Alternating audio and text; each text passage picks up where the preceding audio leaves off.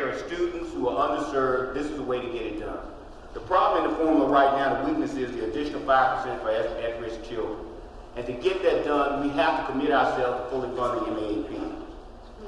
We understand more than anybody, the minority, African American community, and people from rural Mississippi, especially, and in our most intense urban areas, understand that investment in children and human capital is a great return on what you get. We understand that. We fund our students, the lowest per capita per student in the Southeast. It's time for us to get on board and get that done. This is our effort to start the ball rolling on that, given that the people who are in power now seem to refuse to want to address the issue up front and in a very serious manner. So, because of the lack of hearings and openness and transparency, we felt a need to have this done today, so that's why we're here. For 37 years I have taught in Mississippi's public school. I love teaching. Now I'm the president of the Mississippi Association, the state's oldest education association, established in 1878. The reason we are educators is because we love to ignite the passion and love for learning in our students. Watching students blossom before our very eyes is a sight to behold. As educators, we believe that all public school students, regardless of their zip code or background, need the tools and resources necessary for their success. Some of these tools and resources include, but are not limited to, smaller class sizes that provide ample time and attention for every student in that class, up-to-date books, and enough books for each student to bring home at night and on weekends. Libraries filled with resources to open up and explore the world around them. Update computers and adequate broadband that permit students access to the resources readily available online, whether they're living in the Delta, on the coast, or in the suburbs of Meridian. Highly qualified educators in every classroom, buildings that keep out the elements, and safe buses in which to travel from home to school and back. All of these require legislative leaders to fund the state's fair share of our students' public education. Paying one's fair share is a principle educators throughout Mississippi teach their students. We ask our legislative leaders to lead by example. When it comes to public education funding, we have two additional messages. First, send every penny of classroom supply money. This year, the amount of taxes collected for classroom supplies is $36 million. The money is already in the bank. Yet, legislative leaders indicate that they intend to send only $12 million to our students in their classrooms. That is $1 out of every 3, and has already been collected and is in the bank. This is wrong. Our students need every penny of that $36 million for their classroom supplies. We ask our legislative leaders to live up to their legal responsibility and moral obligations to our students. Send every penny. Second, fix the teacher shortage so that our students have high-quality teachers in every classroom and assistant teachers that they need. Mississippi has 2 kinds of shortages, classroom teachers and assistant teachers. Everyone knows that teachers and assistant teachers are the greatest classroom assets. Each year, Mississippi school districts need to fill 3,000 classroom teaching positions. Low pay plays a significant role in the shortages of our classrooms and deprives our students of highly qualified teachers. Mississippi must become competitive with states next door who recruit the teachers we need here at home. MAE recommends, starting this year and going through the next few years, that Mississippi brings the starting salary for classroom teachers from a current $33,400 and raise it to $40,000. The high turnover rate with assistant teachers is also causing instability in our classrooms. These hard-working, critical, important educators earn $12,500 a year, the same they have earned every year since 2008. When it comes to assistant teachers, the state can begin to stabilize the turnover rate in our students' classroom. Let's start to stabilize our students' classroom by increasing assistant teacher pay by $1,000 this year. We ask our leaders to hold public hearings and be transparent in dealing with public education funding. As educators, we teach our students about our nation's government's transparency and democracy. We ask our state leaders to demonstrate to all Mississippi students, K through 12, community college and university, that what they learn in civics classes or American Government 101 is alive and well in these halls of Jackson, Mississippi. What I wanted to ask Pastor to do was prevention classroom sizes, and I know that we looked at some of the charter schools and we know that the numbers that they have in their room. What is the average number of students that our teachers have in the classroom? I cannot give you a specific number average for our students, but I can tell you that we do have some classrooms in our state that have up to 35 students in a classroom, and some of those are kindergarten classrooms. So what would you recommend the number be? Do you have any? I would recommend 25 students a classroom, especially in the lower grades, no more than 25. In a kindergarten class, first grade, second grade, no more. I asked that because the places I've gone, charter schools have 14 or less.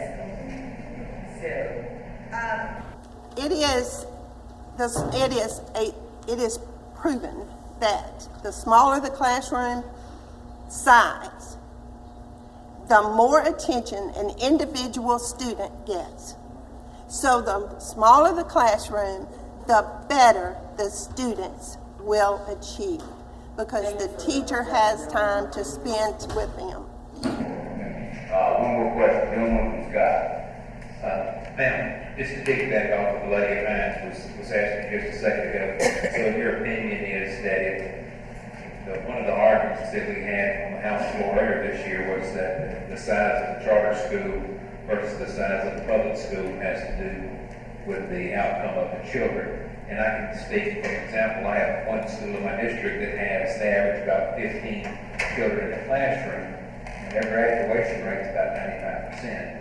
And then you look at some of these other classrooms that are about 30 kids and you know, that number drops tremendously. Now, what could we do as a legislator in your personal opinion and your educational opinion to make public schools have the same things as the charter schools have? If it's the number, you know, the lower number, don't you think maybe if we put that same emphasis into the public schools, that's the answer, that might help? That is the answer, sir, that we're looking for. We want our students to have smaller classroom sizes. That's what in every presentation I make, I talk about smaller classroom sizes. We have to get our public schools students in those smaller classrooms in order for them to achieve what they need to achieve. So in your professional opinion, that if our public schools had a smaller classroom size, just like these private charter schools have, that we would have the same results, if not better, in the long run? Sir, I've been teaching in Mississippi for 37 years, and I can tell you for sure that if we had smaller classrooms like those private charter schools have, our students, no matter where they are in this state, would achieve. Now, one more follow-up question. So, whose fault do you think it is that, what is the biggest barrier that's keeping us from having that smaller number of schools in the public school? What do you think is, who do you think is failing to the children in Mississippi? Is it the teachers or is it the legislators? 37 years of teaching in public schools in Mississippi, I can tell you it is not our teachers. It is our lawmakers who are funding our schools, underfunding our schools, and making it practically impossible for our teachers to have those small classrooms and have the resources that our students need all the way across the state in every district. So if we put our money where our mouth is, we got enough speakers coming, we appreciate that. You know, it's been the state board's priority to have MAEP fully funded. It's been a priority of theirs, since the inception of the formula. I think it's also need to be reminded that the formula itself is the legislature's formula. It's not the Department of Education's formula. So, so the state board, has always been have their priority is to fully fund the formula. There's been talk about changing the formula and all that this year. The one change that we do support is changing from average daily attendance to average daily membership. And so, we've been working with the legislature to get that changed. But again, not having a prepared presentation like the lady that was just here, just wanted to let you know that it has been the state board's goal and continue to be the state board's goal and priority is to have MAEP fully funded. Back in 2010, and you probably know about it, me and Governor Heather Butler did a study to look at the MAEP formula. And what they found was the at-risk students, that the 5% that additional money we see is not nearly enough. I think in that report, they actually said it needs to be increased to 120%. How important do you think it is to increase the funding for our at-risk students, considering the districts that traditionally continue to fail are districts with high number of at-risk students? It's important that the at-risk part of the formula is funded. I think right now what determines a student to be at risk is if that student's on free lunch. And I think that's a federal definition that's used across the country. These are certainly students who are deemed to be at risk of dropping out, at risk of not getting the education, the quality education that they so deserve. So funding the at-risk part of the formula is vitally important.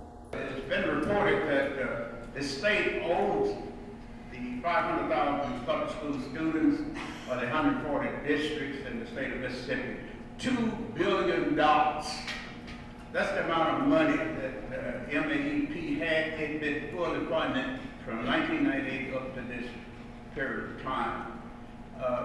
So this is, you would agree, this is an accusation of that creation, isn't it? Whatever the amount of money that the current formula produces, that's the amount of money that says that this is the adequate level of funding that districts should have. Well, I understand that, but it's inadequate, isn't it? Well, Thank you, Mr. Chairman. We serve more than 13,000 educators throughout the state of Mississippi. In our annual membership survey last fall, our membership identified MAEP funding as the legislative policy issue of most importance to them. Please allow me to reiterate that. MAEP funding is the legislative policy issue of most importance to my members. Only 9% believed that the legislature should continue to fund the formula as it sees fit, rather than funding the formula in accordance with state law. 64% identified educational funding as the most pressing policy issue for you, our legislative body. Let me address the rumors that House Bill 458 will be changed so as to impact the formula during conference negotiations this weekend. Last-minute revisions to the formula via a conference report for House Bill 458 should not be used to make changes to the formula. The formula itself was created only after thorough analysis, hearings, and discussion. Any proposed changes to the formula should be fully vetted by our schools. Changes should have been made, if changes were to have been made, they should have been made via the committee process this legislative session. and with full disclosure not only to the legislature, but to the public and to our schools and educators. Legislators, educators, and our citizens should have more time for input than just a straight up and down vote 1 or 2 days after a conference report is filed. The process should be transparent. That's a key term that we all know is used quite frequently in this building. So let's make sure that if the formula is to be changed, that the entire process is transparent and open. Rather than amending the formula to meet their political needs, I urge the leadership to fund the formula to meet our students' needs. Not political needs so that you can say you fully funded the formula, but to meet the needs of our students, our teachers, and our schools throughout the state. I'll echo the concerns and share with you, just as Joyce did from her membership, what I've heard from my members throughout the state. They have outdated classroom supplies. There's not enough technology. Our buildings are starting to fail. Class size continues to increase. All of those are to the detriment of our students and our state's future generations' success. In closing, I simply want to share 4 comments that were offered by our members during our survey last fall. One member shared, "If we are ever to crawl out of our hole, we must give these children a chance to grow." Another said, "Schools must get money needed to educate students or we will never close the gap." A third shared, "The legislature should fully fund education because education is a priority and because it is the right thing to do, not because they are forced to do so." And finally, a member shared the following: "Underfunding the vital element of education shows a serious disregard for the current and future progress of Mississippi as a whole. It also shows an ignorance of the past and a failure to learn from what underfunding has brought to this state in terms of low to lowest literacy and math levels of all the states. The state's tax base is low because businesses will not locate in a state with an uneducated workforce. And that poorly educated workforce comes from decades of denying that funding education is an investment in the future. Without monetary resources devoted to education, the cycle of poverty and ignorance will continue to plague our state."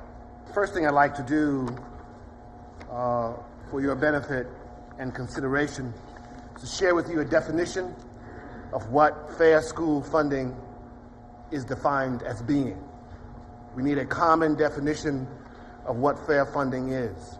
I borrowed the definition from a colleague at the Education Law Center, and it reads as following.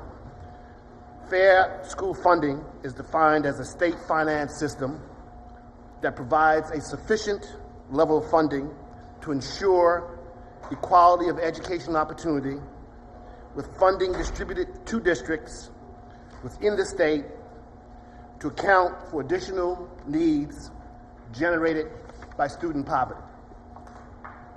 The definition is foundational. It's very hard to have a conversation unless we have a common definition of what we mean by fair funding. I want to share with you that there are huge disparities in the funding of education across the United States. The high end is in New York State. They spend about $18,507 per child, state funding. In Mississippi, we spend $7,510. The disparity is huge. The only good news is that Idaho spends less than Mississippi. But then Idaho is not Mississippi, right? Mississippi has a much richer tradition, in my judgment, than does the state of Idaho. I hope no one here is from Idaho. I'm not trying to beat up on Idaho, but the fact is they only spend about $6,000 per child. The Mississippi Department of Education strategic goals going forward are important to illuminate here. and to see these goals in relationship to what it is that we actually spend on children in the state. Get fixed in your head that $7,510, and then consider the goals. All students must be proficient and showing growth at all assessed areas. All tested areas, we want proficiency and growth. Second goal, agreed to by the Department of Education, every student graduates from high school and is ready for college and career. Third goal, every child has access to a high-quality early childhood program. Fourth goal, every school has an effective teacher and leaders. Fifth, every classroom community effectively using a world-class data system inside of the building. What's clear is that those stated goals that seem eminently reasonable are not fundable by $7,510. Can't get it done. It's a pipe dream. It's delusional to think that you can achieve those goals with the dollars that are currently being provided by the state funding formula. Here's the other side of that coin. Education and economic development are intrinsically linked. You have no economic development without a solid educational base. In this state, in this country, there are 4 critical areas for the new millennium with regard to economic development. 4. Every economist in the country agrees on this. Finance, technology, electronics, and medicine.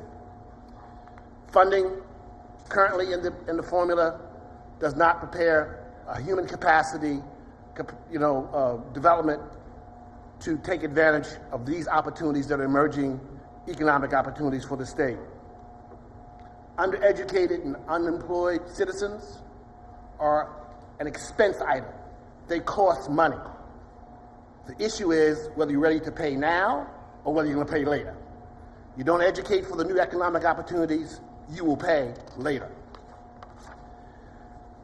If you were to make a new middle class for the state of Mississippi, what would you do is the question. What would a new middle class look like? How would you prepare a new middle class? I suggest universal pre-K, highly effective teacher in every single classroom, every child with a mobile computing device, now, not in the future, now. Every child has a computing device. Career and college readiness for every single child at the point of graduation. The alignment between pre-K and 16 is a must if you hope to develop a new middle class. And instead of focusing on low achievement and low standards, proficiency is inadequate. We have to really talk about how we accelerate achievement to the highest possible levels. What can be done? Collaboration instead of competition, transparent policy making, particularly with regard to the MAEP, strategic planning for capacity building should be a focus of any strategic planning, innovations that trump old practices, and by that I mean competency-based education versus and virtual schools are a big deal. And I suggest and recommend a 1-cent surcharge dedicated to public education. I'm here today to speak to you all on the impact of MAP and the at-risk students in the state and the impact thereon. It was former Governor William Winter who said that the road out of poverty runs past the schoolhouse door.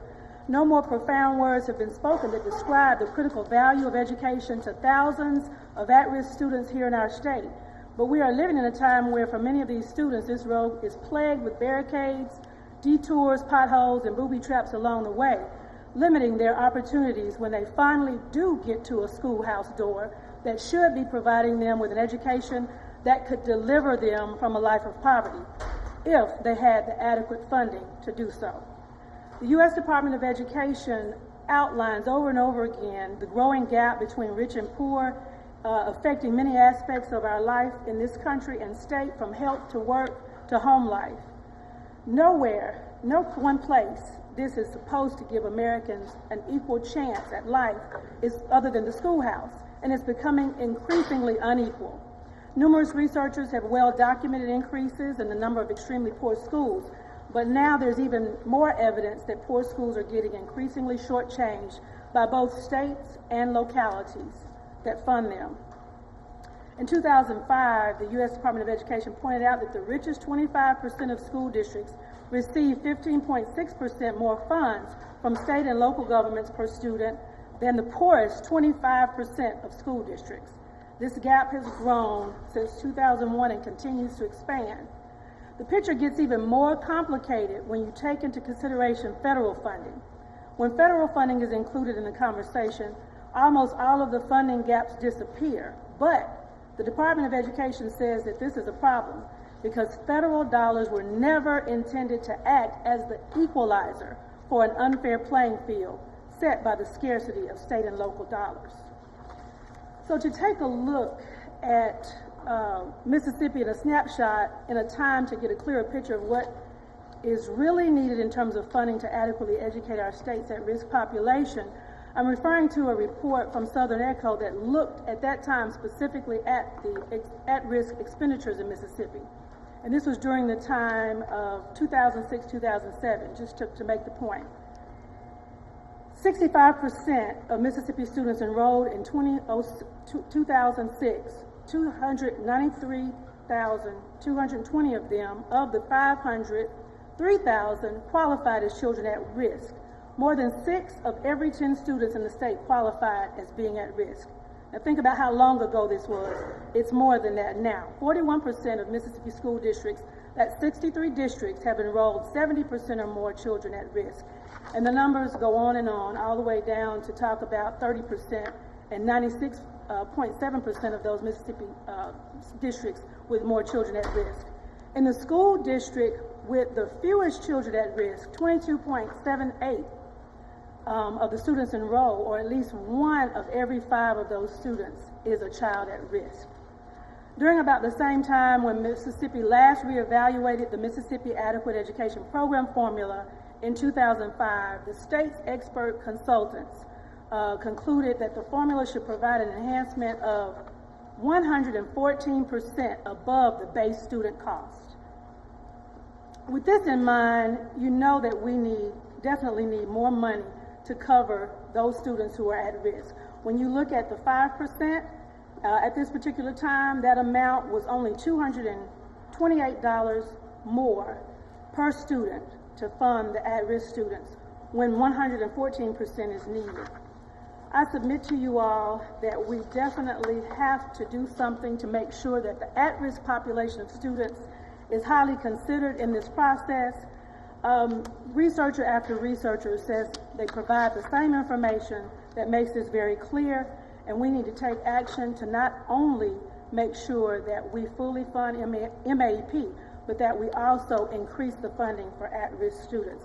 Any attempt to reconfigure this formula to reduce or divert funding from existing Mississippi school districts would be a direct, intentional assault waged against our most vulnerable citizens, our children and our students, and it would be a devastating blow to the future economic growth of our state. And many people assume that public schools, especially JPS, are only asking for full funding of MAEP for raises or other such frivolous ideas. The 2014 funding formula for JPS was reduced by $14,062,382. Do our children deserve those funds? Absolutely they do. Here is food for thought. JPS is the second largest school district in the state of Mississippi and the only urban school district in the state, with approximately 28,000 scholars, 2,200 teachers, and 2,100 administrators and other staff members.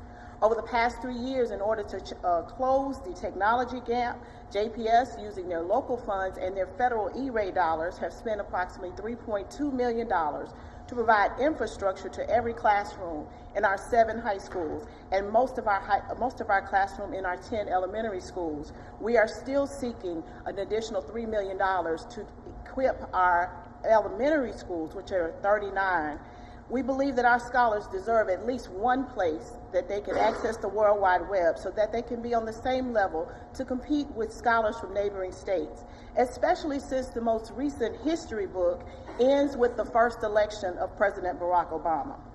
Our children deserve $14 million. JPS encompasses 61 buildings, where 26% of them are between 45 and 54 years old, and 38% of them are between 55 and 64 years old, many of them built without air conditioning. So what do we do when our air conditioning goes out at work? We go home. What happens at 10 o'clock when our students are taking state assessments and the air conditioning goes out? Our students continue to work, sweat, and focus on the task at hand to show how much they've learned. The most recent HVAC replacement at Lanier High School cost our district approximately $6 million. As of today, Forest Hill High School has been declared an emergency because there is no air conditioning in the main building.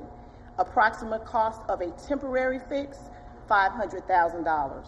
Do our children deserve $14 million? Absolutely. Jackson Public Schools runs approximately 366 school buses every day, transporting approximately 22,000 children, many of them between the ages of 4 and 5. 42% of those buses are between 15 and 22 years old. I ask, what do you do when your car is approximately 15 years old? More than likely you get a new one. Buses cost approximately $87,000, so let's do the math. 150 buses times $87,000, $13.4 million. Our children deserve $14 million. Because of our free and reduced lunch rates that exceeded 92%, JPS took advantage of the federal CEP program, and now every one of our scholars eats free breakfast and lunch, many of them the only meals that they receive during the day. Consider this. In 2011, due to financial constraints and lack of funding, JPS reduced budgets, eliminated approximately 40 second-grade teacher assistants. Those are the ones who could assist our children as they prepare for the third-grade infamous reading gate. We eliminated approximately 28 school safety officers at our elementary schools, and now have implemented physical locking systems to manage our entrance and exits. We've reduced salaries of administrators, eliminated a deputy position. We've heard that our students are not performing. Consider this, 7 of our schools are A, 6 are Bs, 21 are Cs, 16 are Ds, and only 8 are Fs. I have not even touched on our approximate 3,000 students with special needs, our 1,200 students identified as homeless, and I've not touched our overage population who are served at Henley Young, Capital City, and I've not even discussed about the drain that of our charter schools are taking on our local and MAP dollars. I want to just kind of talk about the statistics of Bolivar County. Most of you are probably pretty well acquainted with it, but just emphasizing that we do have a large single-family head of household situation in Bolivar County, so you know what that means in terms of what we deal with. Our poverty level, we are kind of a percent of single mother households in poverty, 64%. And so we don't have a situation where our children are able to benefit from a lot of things at home.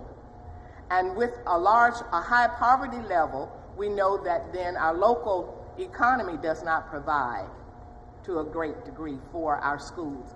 So it is important that we find another avenue through which we can provide and put our children in an equal, or as I would like to say, an equitable position, to be able to be the best that they can be as any other children in any other part of the state.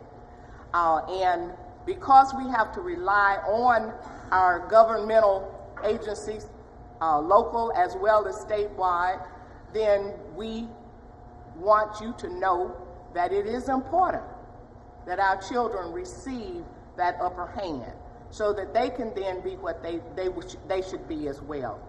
We had a study done, the Southern Rural Black Women's Initiative did a study, and one of the recommendations in their conclusion in the study is that we provide quality education for our children. We know that in the age of technology, it's not going backwards, it's going forward. And as we prepare children for today, they will not be able to compete unless they have a quality education. And funds are available. Many times we say we've done over the years, traditionally, historically, we've done a lot with a little. But at some point, that little becomes insufficient and we need help. So we encourage you to consider very highly the needs of all of our children. And especially we want to emphasize that we're in the Delta and we need as much assistance as you give, more, I would say, than you give in other areas of the state. But we certainly want to see an equitable arrangement and a source of funding for our children in the Delta area. I had a recent conversation. Metcalf is in the Western Line School District in Washington County. I had a conversation with the superintendent, and we talked about some of the things that is needed in Western Line. And number one thing is adequate funding. What I mean about that is that they need equipment, technology. Technology is so important for Western Line. Like now, when they're taking different tests, even the ACT test, you know, they need these computers and things, and they don't even know how to operate them and stuff. And some parents can't afford to buy these computers to go take the ACT test with. And that's one of the problems. And when they go, don't let them go off to college. When they get in college, it's like foreign language to them. They know nothing. So we need better tools to work with so we can have standards education. The other thing that we talked about in the Western Line School District, you know that kindergarten is not funded by the state anymore. In our kindergarten class, I heard one lady before me, she was doing a presentation on charter school. And like she said, the less the students in the classroom, the more you can learn. And in our kindergarten classes, they are full right now. We need more kindergarten classes, more teachers. And also in the Western Line School District, we have a male problem. Black male problem. We have teachers who are teaching them. I think the most important thing is that they need more training. They don't know how to deal with society, with our black males. And not last but least, but I graduated from Urbana School myself, and I've been out of school 44 years, and I have not seen a new school been built in Washington County since I've been out of school. And there's a need for a new school. All this cosmetics going on need to stop. We just need to do something different. Mayor Allen, if you would, we talk about how the inability of the funding in Western Line public schools cause the kids to have those extracurricular activities that keep them engaged in the school system. We haven't had a band since in the Western Line School District since I graduated from school. And when they had the band, that's called scholarship. They could go off, and parents didn't have to get the money out of their pocket. They could use their education, what they learned from the band, to go to get a scholarship. Also, like if you had the technology that you need, you'll be prepared to take tests and you could get an academic scholarship. And what else? Okay. Also, talk about, and the reason I'm bringing this up, you talk about the makeup of the board and how the structure of the board is, because that's prevalent in most districts throughout the Mississippi Delta. Will you discuss that? Our board is made up, our superintendent, Larry Green, he's white. Our superintendent is appointed by the board members. The board members are elected. We elect the board members. Now, I think it's about 2 years ago we had this lawsuit and we redistricted for the school board. But before then, we had a totally white school board over 80% black students. And because you lived in that district, you could vote for it when your children were going to private schools. And so that's basically how we were just basically made up. Now we have 2 blacks and 3 whites, and we have the whites that are on the board, their children are going to private schools, and they are retired, and basically, I don't know basically what they're doing, but they not for our children. I took the morning off from school to talk about my experiences at my school and beyond my school, going to other schools. Honestly, we need a whole new school. Our school doesn't have science lab, books, up-to-date technology, and molded with rats. I remember sitting in the classroom doing my work, and while I was doing my work, a rat passed by my foot. And I told the janitor that it was rats in the classroom, and his only response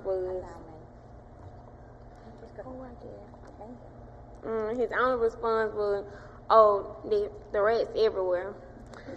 So, seeing rats, that was not my first time. Like, it's plenty of rats in the school, rats, roaches, all across the gym. Another thing we need is teachers. I have a teacher that, he teaches more than one language. He teaches me science and English.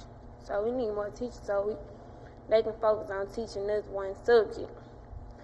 I visited Clinton High School and saw how that school was the complete opposite from ours. They had more resources for students. Unlike our school, Clinton had science lab with working things. The one science lab we did have, didn't nothing work. Students had plenty of options to choose from with classes. They had classes that I never even heard about.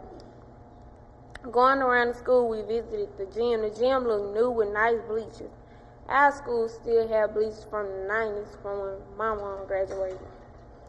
The bleachers at Yazoo City at Broad, it's a section in the bleachers where the road is just completely gone. A student at the school, she sprained her ankle trying to go down the bleachers. So, what's different about us that we don't deserve the same quality they do, from the classroom to the gym? I don't know a lot about politics, I'll admit that. By the way, we don't have a government class at our school either. I just know what I learned and heard from Ms. Natalie, my mom, and other people. And I think I heard there's a surplus in the budget. Where is that money going? I'm just asking. I want to talk just a minute about the importance as I see for public education. First, I want to talk about how my school does not have any textbooks. Well, we do have a class set, but not enough for us to take home. For every student, we barely have any computers, and there is no high-speed internet, and we do not have any science labs. That means there are no projects, no dissecting frogs, no mixing chemicals, and making things blow up. Well, not in my school. Recently, as a part of a leadership program I'm a part of, we visited Clinton High School, and there was a huge difference between our schools. They are an A-level school, and we are a D-level. They had several labs, a library that students actually go to, and different types of clubs for students to join. In my school, you won't see that a lot. Spirits and morale at my school are low. You can understand why, can't you? Without any family and leadership programs, mine probably would be low too. I've attended workshops and conferences that educated me on ways that I could help my school district and community. In those workshops and conferences, I've learned about the history of public education to become a strong leader, and I've learned that you can communicate with some people even if you don't like them. Or you won't make it in life. It's the same with funding public education. Thank you. The most important thing about today, in my opinion, is that we've had an open and fair hearing. We've vetted issues. We've heard from people who are in the trenches, who are actually working on these issues. And there seems to be a reluctance to do that in this legislature, but this is how the legislature actually works. And this is the way it should work. And so we want to encourage people who are here to talk to your representatives, encourage the leadership, make them understand that your voices need to be heard. We'll continue to do this, but to the extent that they don't want to do it, if we understand that this is a platform that is in existence and this is how we have to get the word out, we'll continue to do just this.